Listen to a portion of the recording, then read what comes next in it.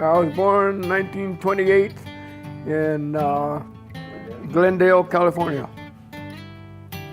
And my dad was Esteban Merentes Cruz, and my mother was Manuela Rebollero Cruz. Yeah, we moved to San Onofre. Yeah.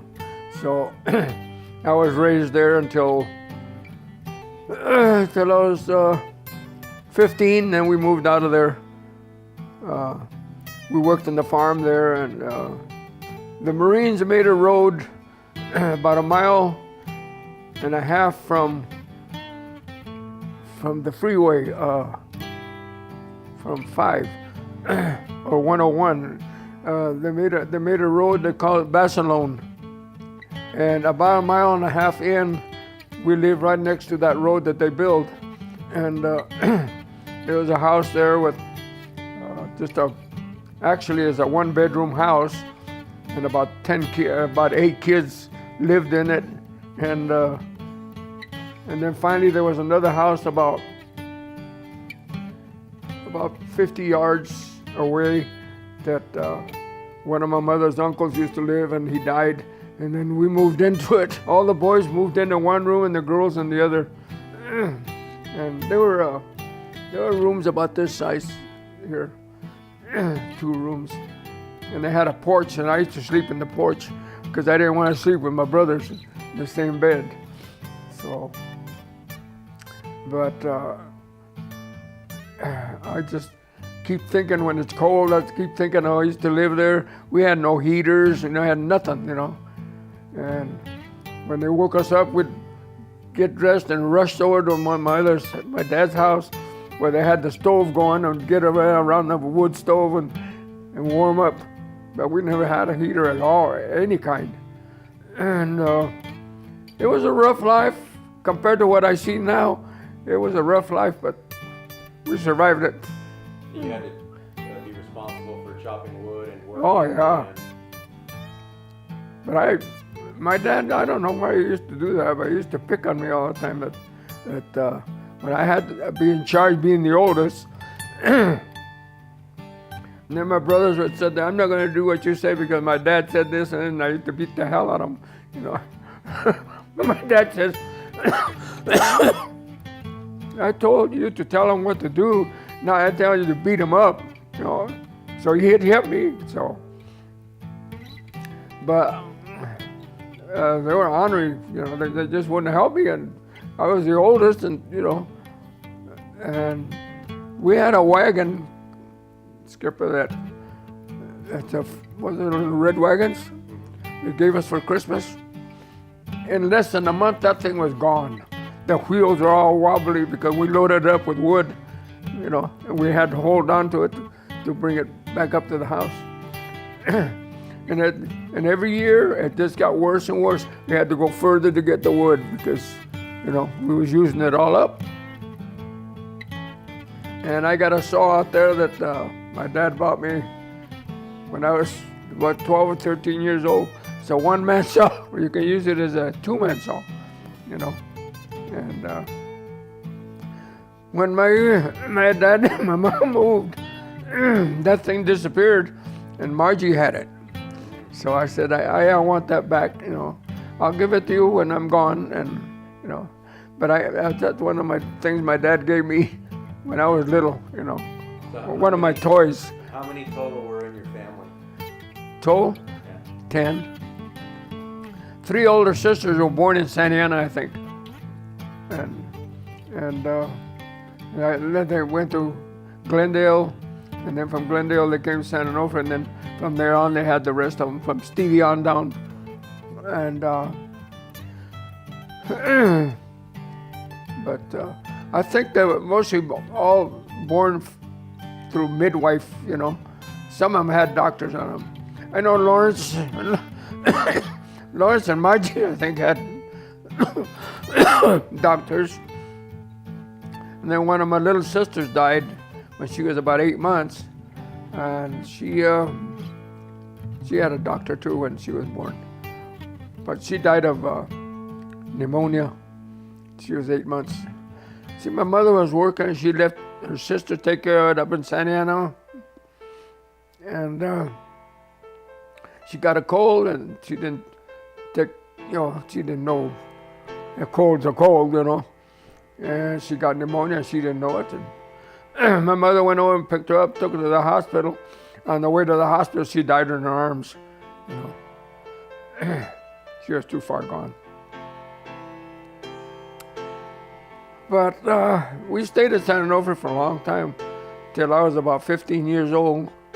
I used to drive tractor from midnight till noon, And in the summertime, we used to do that, drive tractors.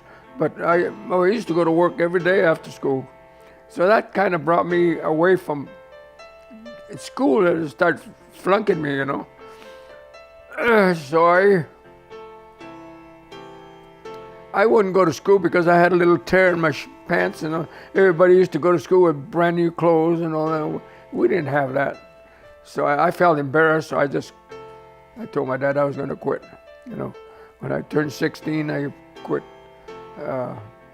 before 16. But I was waiting for the truant officer to show up, but he never did, Them days, they can't do much when you got a big family like that, And but I wish I could have finished school, but after I got to working and stuff like that, then I got married and stuff like that, I didn't have the time, One day I went to Oceanside.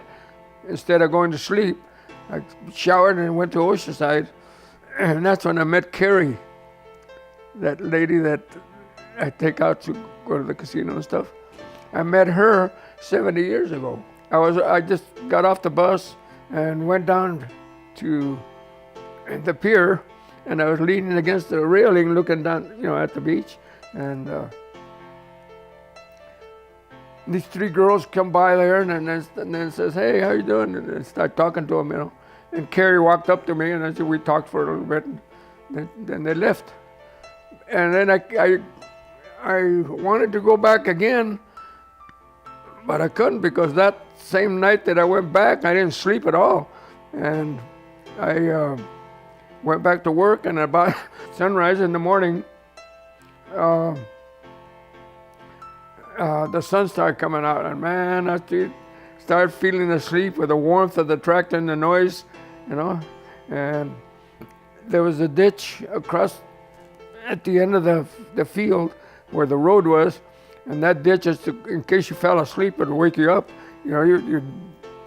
But by the time I woke up, it was too late. I turned the tractor and I pushed the bank off and rolled the tractor, and it fell down into the river.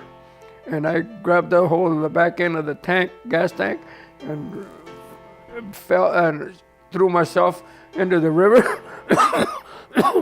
And I landed about 3 feet from the back end of the tractor.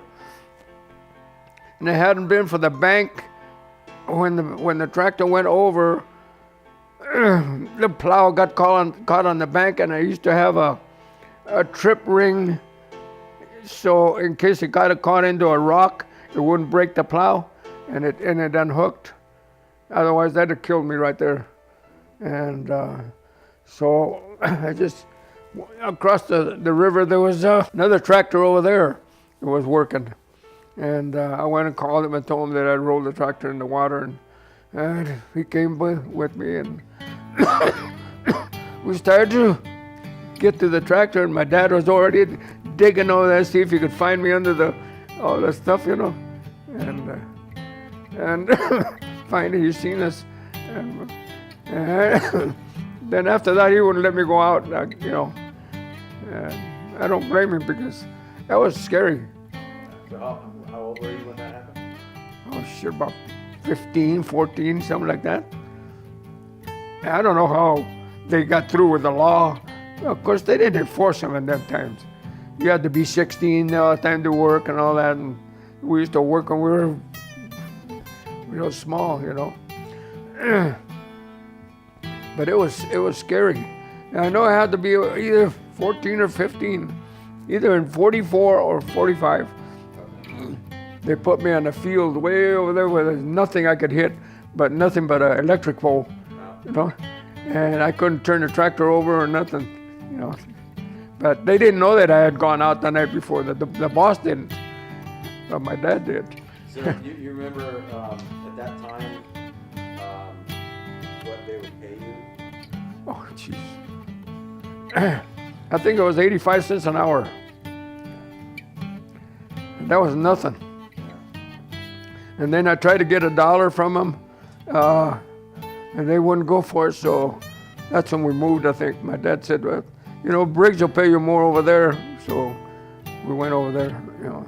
The Pendleton had already moved in, and we had to get out at a certain date, and so we got out about 5 years earlier and moved to Carlsbad because Briggs Flour Company had already given my dad a job and a house to live in, and so we moved to Carlsbad on Parkway.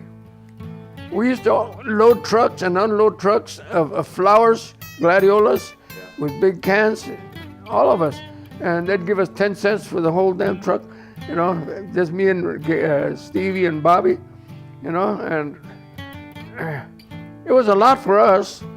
Sometimes they give us 20 if it was a big truck, a real big truck, and 20 cents, but 20 cents was a lot in them days.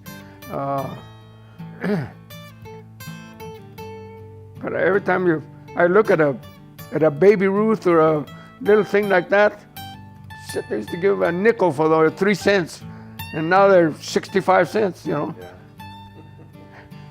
or more, probably more. Well, they couldn't afford to buy the meat, but every now and then they'd butcher a cow or a pig at the ranch, you know, and they'd give us some, you know. But shit, to feed 10 people, you know, it takes a lot of. So we used to hunt rabbits all the time. That's about the only meat. And then we raised our own rabbits. And we raised our own chickens sometimes, you know, and which was pretty good. But they had all the vegetables that we wanted there. They had about an acre or two of vegetables, you know, corn down to radishes and carrots and you name it, they had it. And we used to need vegetables, we'd go down and get them and bring them to the house, you know. Then we had to heat our own water in tubs, you know, to take a shower. When they had a little shed there, you put it in there and wet yourself, get a pan and rinse yourself, you know, and all that kind of stuff. Jesus. It was a lot of work, lots of work. Yeah, well, see, my Uncle Ben had a 38 Ford, little club coupe or whatever you call it. And I thought he was going to leave it to me when he went in the Army. And he didn't. He left it to one of the boss's sons. I said, how come you leave it to me? You know, I don't take care of it. No, he's a mechanic. He can take care of it. There's nothing wrong with it. Well, when he come back, he didn't take it back. He just told him, you can keep it, you know. He came back. And I said, Jesus. So I said, well, I told my dad, I want some money I want to buy a car.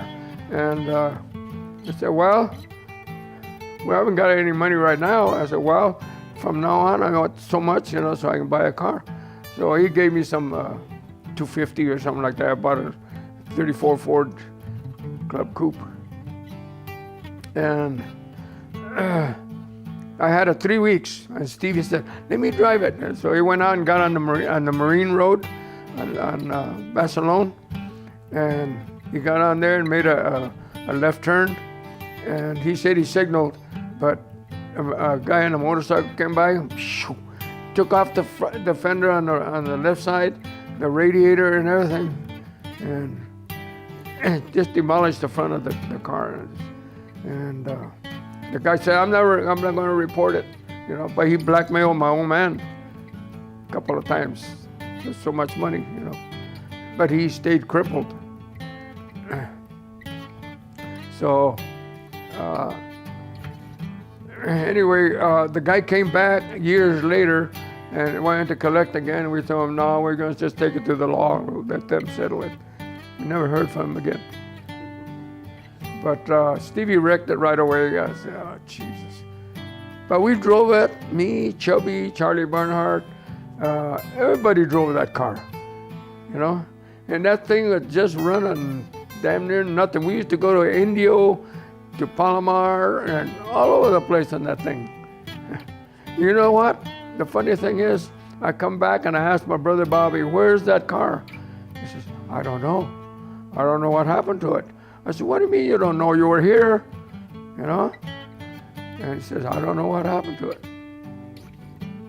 So either he sold it or Stevie couldn't have because he wasn't here, or my dad sold it maybe. I don't know. But Bobby wouldn't tell me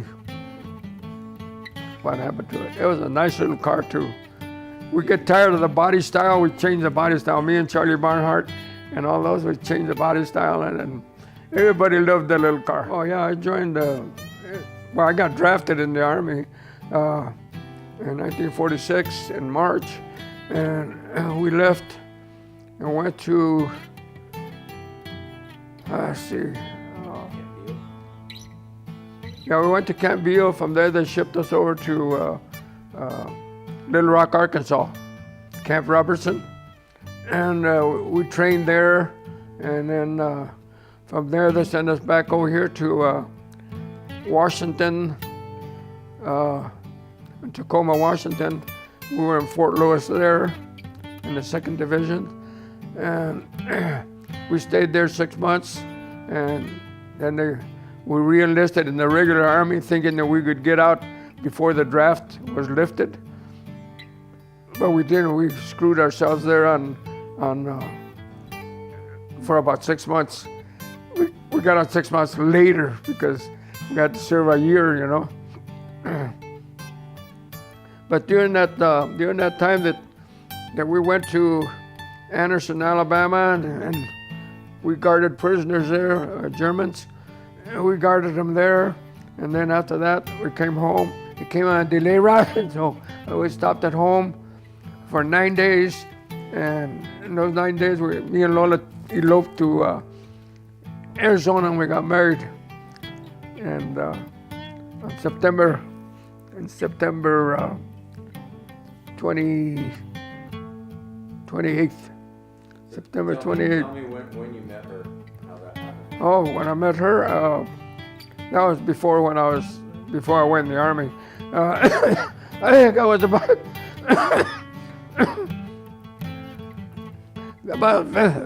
15 or 16, and we got married. She was only 16 or 17 when she got married. She was, I was only 18. I just barely turned 18 that year, and then I got married in September. And then she was 16. We got married in September, and but I met her, like I said, going to the pier. That's where all the girls used to hang out. And Here in Oceanside? but I had met her before because I used to hang around with Chubby, her brother. I used to hang around with Charlie Barnhart and Frank Rubidoux and Frank Madrid and all, a bunch of guys. And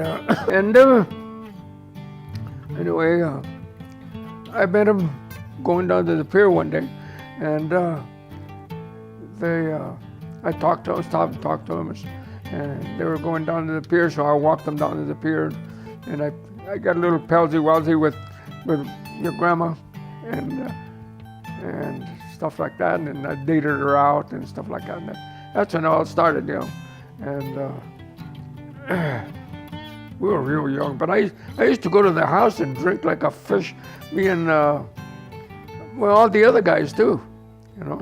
But I never bothered about the girls, you know. There was 3 of them living there at the house. I never bothered about any of them.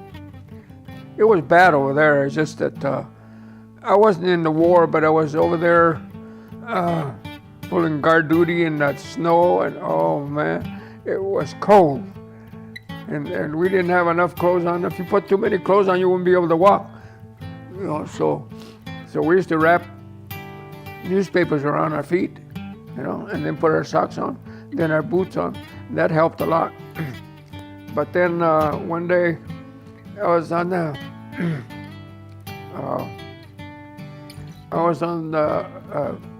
guard duty in the kitchen and the mess hall, you know. And the sergeant said, "Hey, boy, come over here. You want to be a cook?" I said, "Yeah, it's better than being out here, you know." So he said, "Okay, after you get off duty, come and see me." You know, so next day, I moved all my stuff into his quarters, and I started dishwashing, mainly, for about a week or so. And then he said, "You know what? I got to leave. I'm going home." He says, "That's going to pick you up one step." You know. So I got to step 2, to a cook, second cook. So that brought me 2 stripes more and more money, you know. So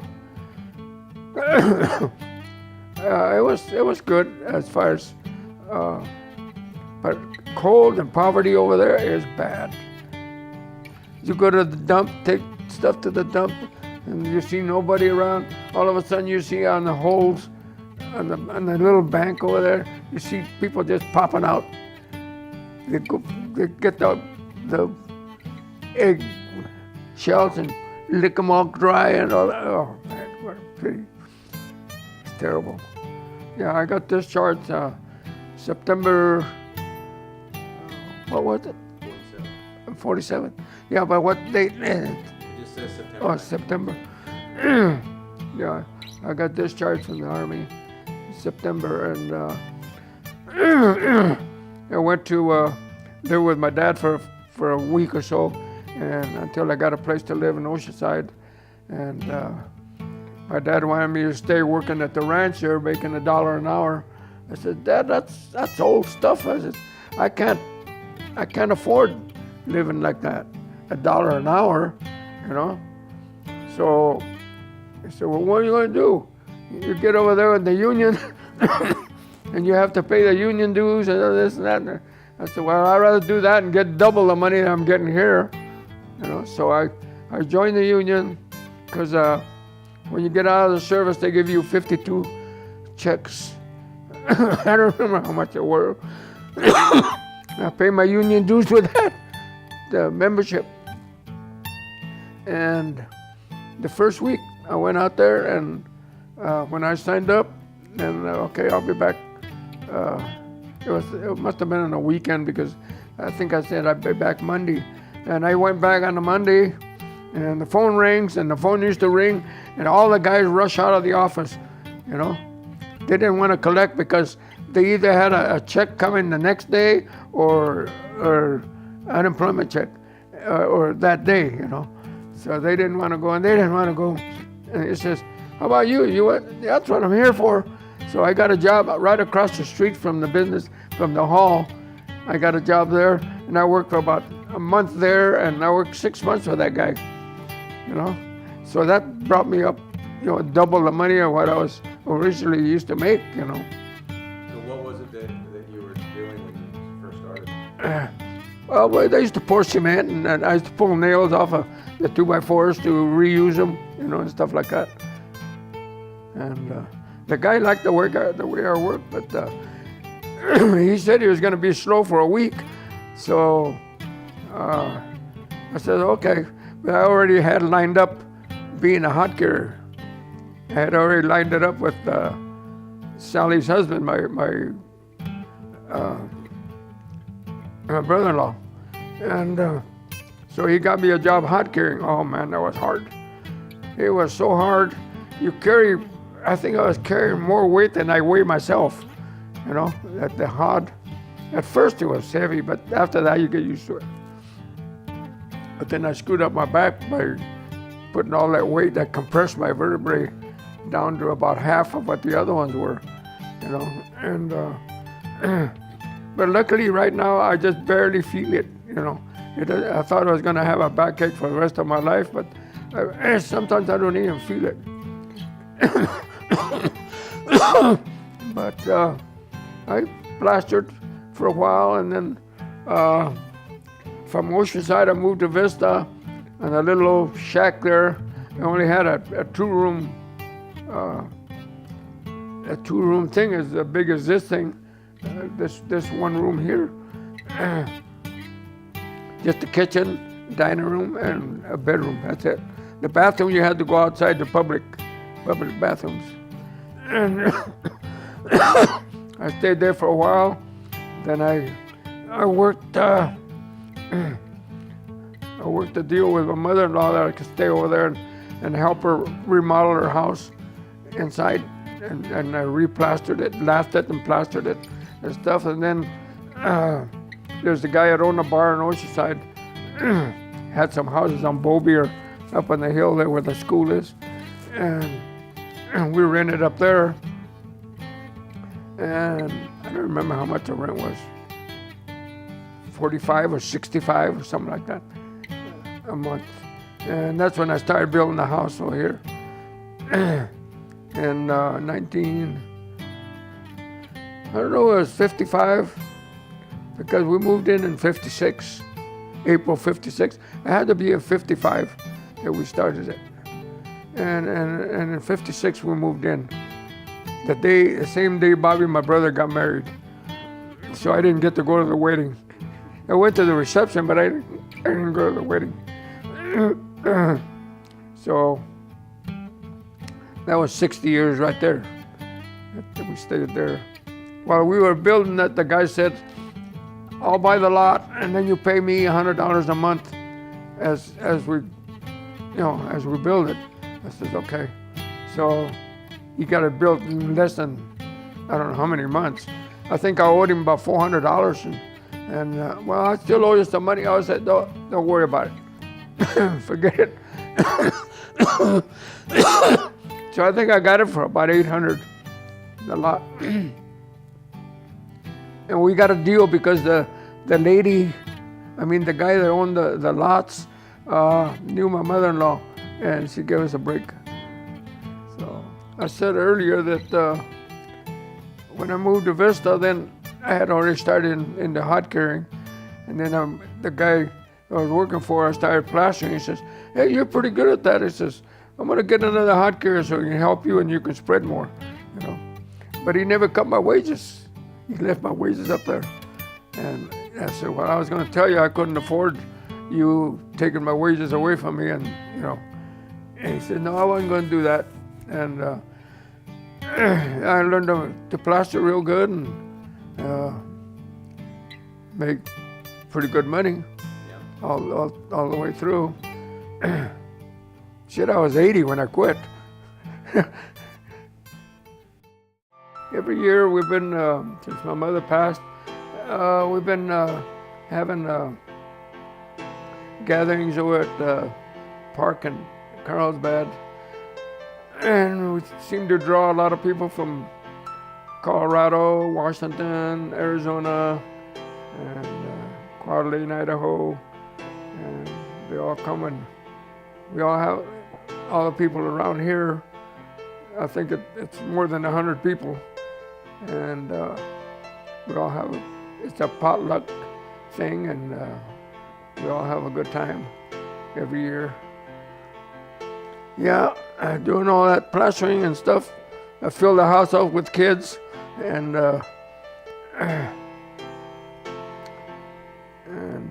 soon, just as quick as you can bat an eyelash, I guess that they all started disappearing and coming back with additions and grandkids and granddaughters. Now I've got great grandkids still popping out here and there, and I don't know how long it's gonna go. It's a big family.